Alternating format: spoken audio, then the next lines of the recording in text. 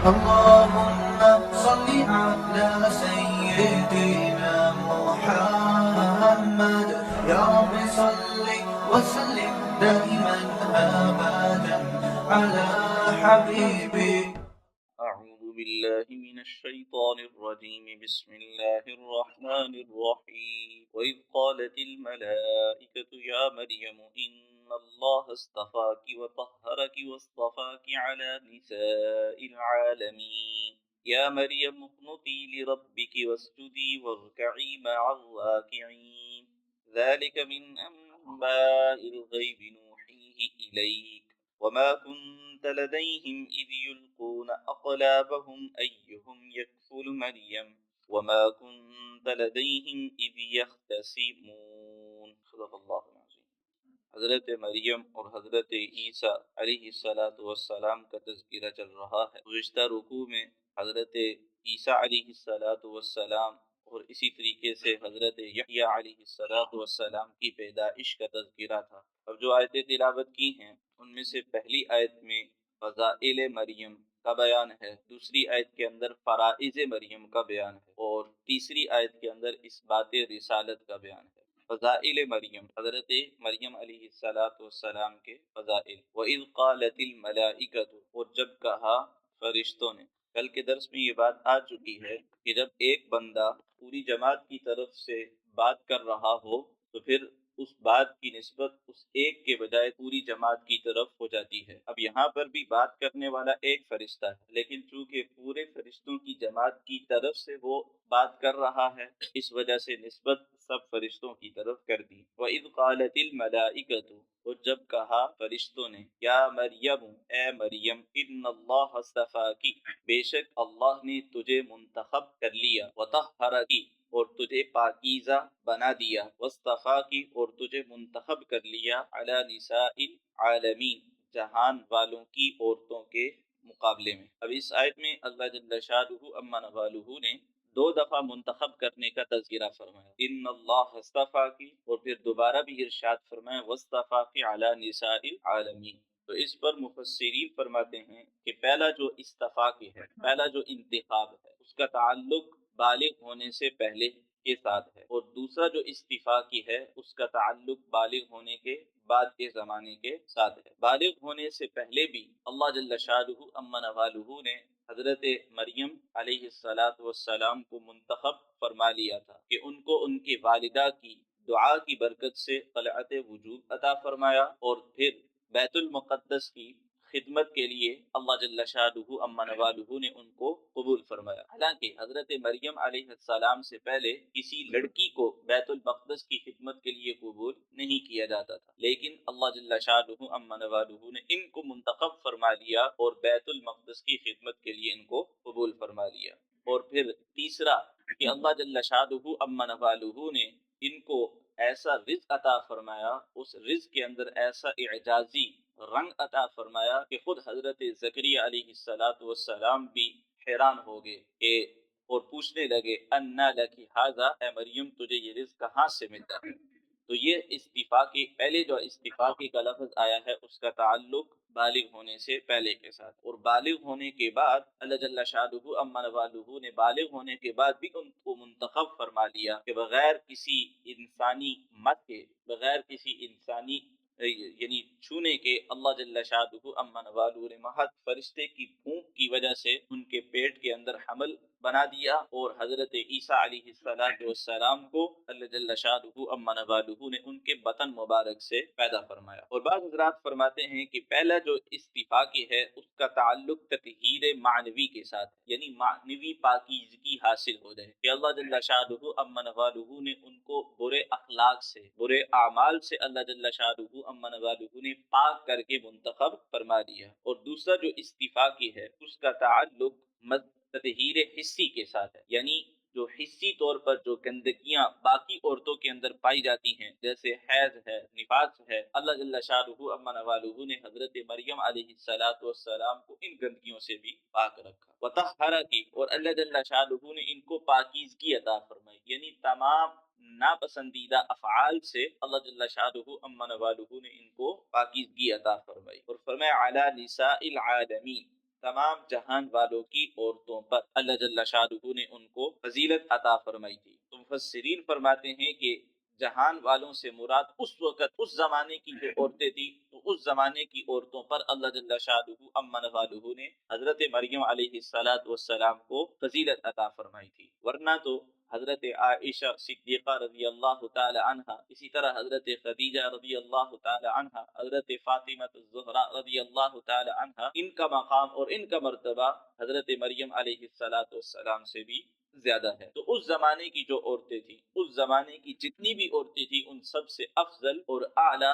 اللہ جل شانہ امن والہ نے حضرت مریم علیہ السلام کو مرتبہ عطا فرمایا تھا۔ اور بعض حضرات نے فرمایا کہ اگر العالمین سے مراد تمام جہان والوں کی عورتوں کو مراد دیا جائے تو پھر یہ حضرت مریم علیہ السلام کی جزوی فضیلت کا بیان ہوگا کہ اللہ جل شانہ امن والہ نے حضرت مریم کو ایک ایسی فضیلت بھی عطا فرمائی تھی جو اللہ جل شانہ امن والہ نے اس کائنات کے اندر کسی عورت کو عطا نہیں فرمائی تھی، اور وہ جزوی فضیلت حضرت مریم علیہ السلام کے بدن سے حضرت عیسیٰ علیہ السلام کا پیدا ہونا تھا۔ تو بہرحال اس آیت کے اندر فضائل مریم کا بیان ہے۔ اب اگلی جو آیت ہے، یا مریم اقنتی لربک، فرائض مریم علیہ السلام کی ذمہ داریاں کہ اللہ جل شانہ امن والہ نے حضرت مریم پر کون سے فرائض اور کون سی ذمہ داریاں عائد کی تھیں۔ تو فرمایا یا مریم، اے مریم، اقنتی لربک، تو اپنے رب کی اطاعت کرتی رہنا۔ اقنتی یہ لفظ قنوت سے نکلا ہے، اور قنوت کس کو کہتے ہیں؟ لزوم الاطاعت مع الخضوع، عاجزی اور انکساری کے ساتھ اطاعت کے کاموں کو لازم پکڑ لینا، ان کے اوپر مداومت اور ان کے اوپر ہمیشگی اختیار کر لینا، اس کو قنوت کہا جاتا ہے۔ گویا کہ قنوت کے اندر تین باتیں پائی جاتی ہیں۔ ایک تو یہ ہے کہ عاجزی اور انکساری انسان کے اندر ہونی چاہیے، دوسرا اطاعت ہونی چاہیے، اور تیسرا اس اطاعت کے اوپر دوام اور ہمیشگی ہونی چاہیے۔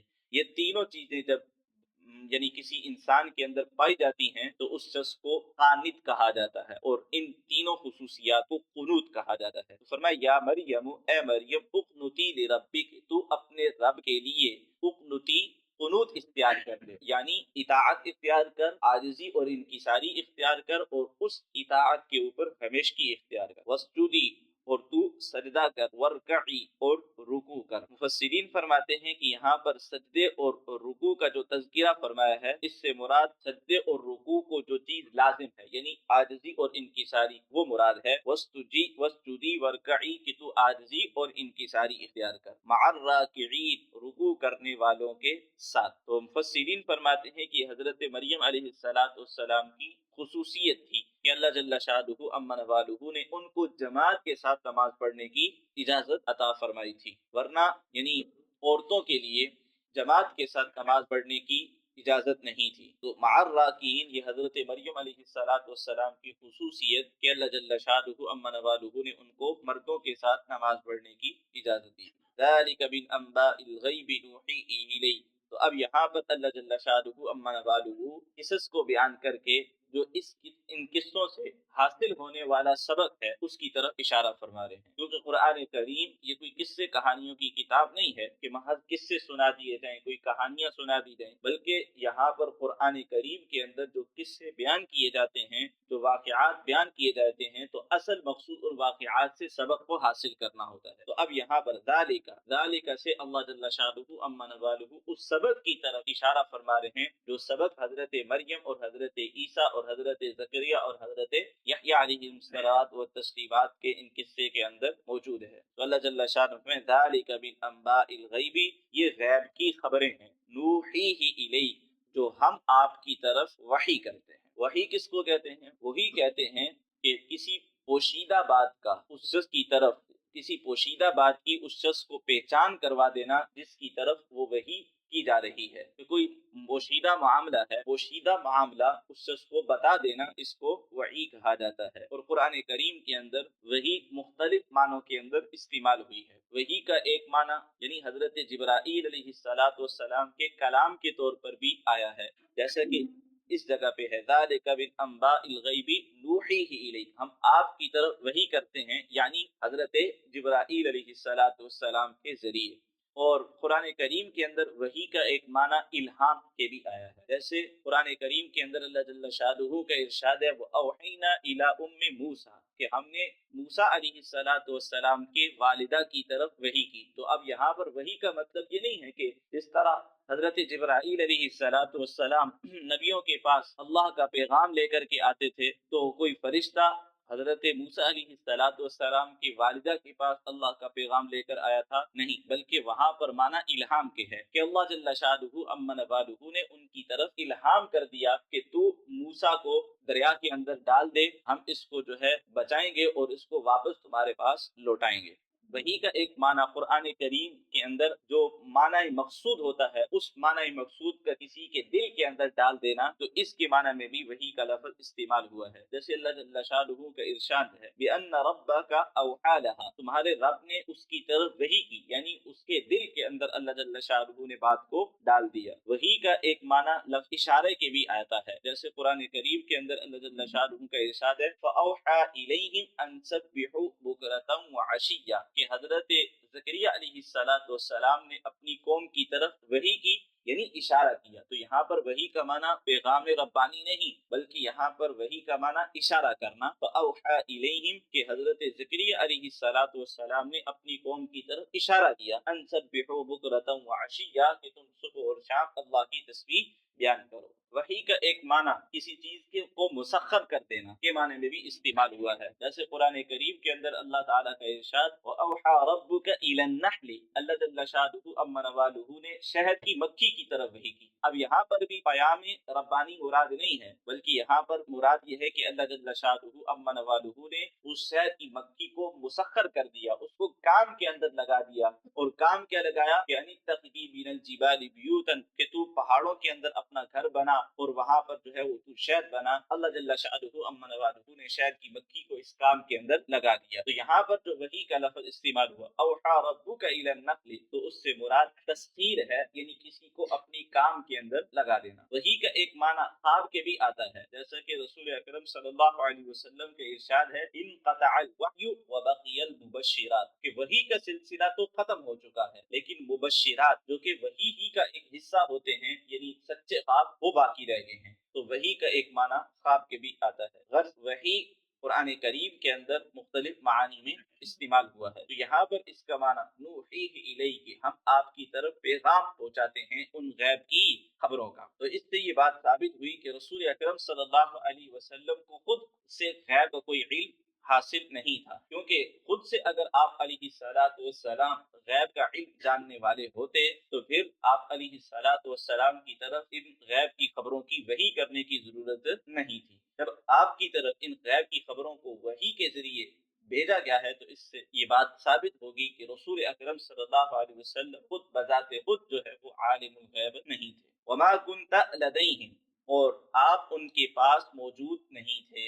اس سے آپ علیہ السلام کی ہر جگہ پہ حاضر اور ہر جگہ پہ ناظر ہونے کی نفی ہو گئی۔ وما كنت لديهم کہ آپ ان کے پاس موجود نہیں تھے۔ اگر رسول اکرم صلی اللہ علیہ وسلم ہر جگہ میں حاضر اور ناظر ہوتے تو پھر یہ بات کہنے کی ضرورت نہیں تھی کہ وما كنت لديهم آپ ان کے پاس موجود نہیں تھے۔ اذ يلقون اقلابهم جب وہ اپنے قلم ڈال رہے تھے، یعنی اس زمانے کے اندر قرآن ڈالنے کا طریقہ یہ تھا کہ پانی جو بہ رہا ہوتا تھا تو معلوم کرنے کے لیے کہ کس کا حق بنتا ہے اور کس کا حق نہیں بنتا، تو لوگ اپنے اپنے قلم اور لکڑیاں اس پانی کے اندر ڈال دیتے تھے۔ اب جس کا قلم اور جس کی لکڑی پانی کی مخالف سمت کے اندر تیرنا شروع ہو جاتی تو پتہ چل جاتا کہ اس کا حق بنتا ہے اور اس کو یہ حق ملنا چاہیے۔ تو اذ یلقون اقلابهم ایہم یقول مریم، تو اس وقت ہر ایک چاہتا تھا، چونکہ مریم یہ عمران کی بیٹی تھی اور عمران اس وقت جو بیت المقدس کے جو خادمین تھے، ان کے سردار تھے، ان کے بڑے تھے، تو ہر ایک اس بات کی تمنا کر رہا تھا کہ حضرت مریم کی کفالت میں کروں۔ تو